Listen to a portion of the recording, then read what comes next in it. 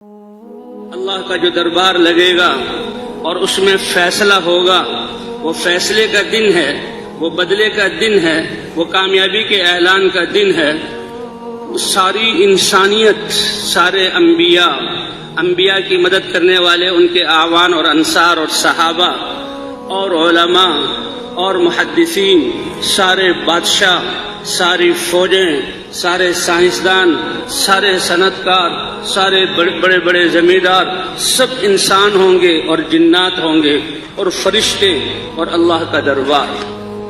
آج بتایا جائے گا کہ کون کامیاب ہو کر آیا ہے۔ اللہ کے دینے کے دہانے بہت بڑے ہیں، اس لیے کامیابی کا پروانہ یہ ساری انسانیت کے سامنے، اور اللہ خود اعلان فرمائیں گے کہ آج میرا بندہ ایسا کامیاب ہو کر آیا ہے کہ کبھی اب ناکام نہیں ہوگا۔ اللہ خود اپنی رضا کا اعلان فرمائیں گے، لیکن نافرمانوں کے لیے اللہ ہماری حفاظت فرمائے، ان کے لیے بھی اعلان بڑا سخت ہے سارے انسانوں کے سامنے کہ جب مجرم کا مجرم ہونا ثابت ہو جائے گا، اللہ ثابت کر دیں گے، اللہ جانتے ہیں، لیکن وہاں واضح کریں گے، حجتیں قائم کریں گے، اور اللہ فرمائیں گے خذوہ،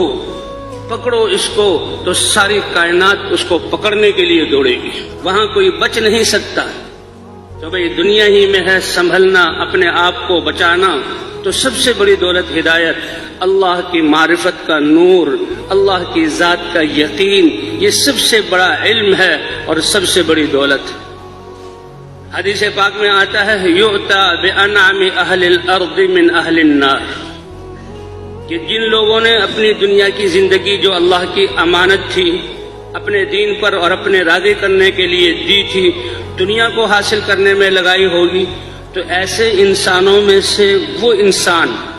جو اپنی دنیا کی محنت میں کامیاب ہوا اور ان ساری انسانی تاریخ میں سب سے زیادہ اس نے نعمتیں حاصل کی اور نعمتوں کو استعمال کیا، اس کو اللہ لائیں گے۔ یہ نہیں کہ وہ جو اپنی محنت میں ناکام ہوا، تجارتوں میں فیل ہوا، امتحانوں میں ذلیل ہوا، وہ نہیں، انعم اہل الارض،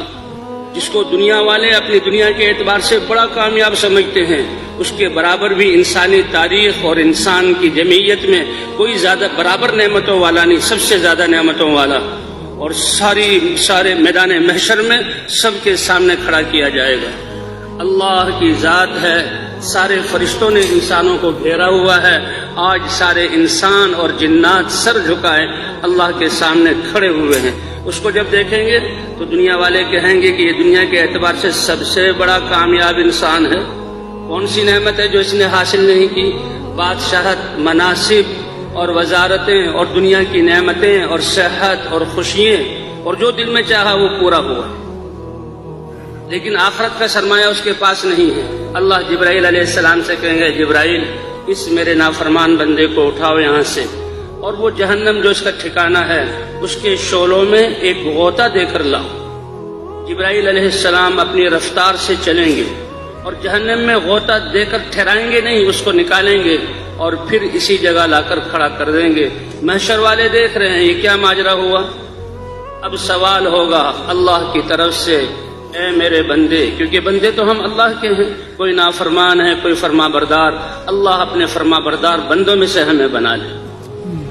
اے میرے بندے، اللہ یہ کہیں گے هل مر بک نعیم قط، دنیا میں بھیجا تھا، کیا کوئی نعمت تمہارے سامنے سے گزری بھی ہے؟ یہ عجیب قسم کا سوال ہوگا۔ ارے وہ تو نعمتوں کا مالک تھا، اس نے اپنی چاہت کے مطابق ان نعمتوں کو استعمال کیا اور ان کے مزے اڑائے، لیکن سوال ایک عجیب ہے، کیا تمہارے سامنے سے کوئی نعمت گزری بھی ہے؟ وَهَلْ رَأَيْتَ خَيْرًا قَطْ، دنیا میں کوئی سکھ کا، مزے کا، خوشی کا سانس تم نے لیا ہے؟ کوئی بھلائی تم نے دیکھی ہے؟ یہ عجیب سوال ہے، انسانوں کی سوچ کے خلاف۔ یہ جواب دے گا، قسم کھا کر کہے گا، اے رب العالمین تیری ذات کی قسم، کوئی نعمت میرے سامنے سے گزری بھی نہیں، استعمال تو اگلی بات ہے، اور کبھی میں نے سکھ کا سانس بھی نہیں لیا۔ اللہ فرمائیں گے دیکھو دیکھو، یہ ہے ناکام انسان، وہ جہنم جو اس کا ٹھکانہ ہے، جو اس نے جہنم کے لیے اپنے آپ کو تیار کر کے لایا، اس کے ایک غوطے نے دنیا کی ساری نعمتوں کو بھلا دیا،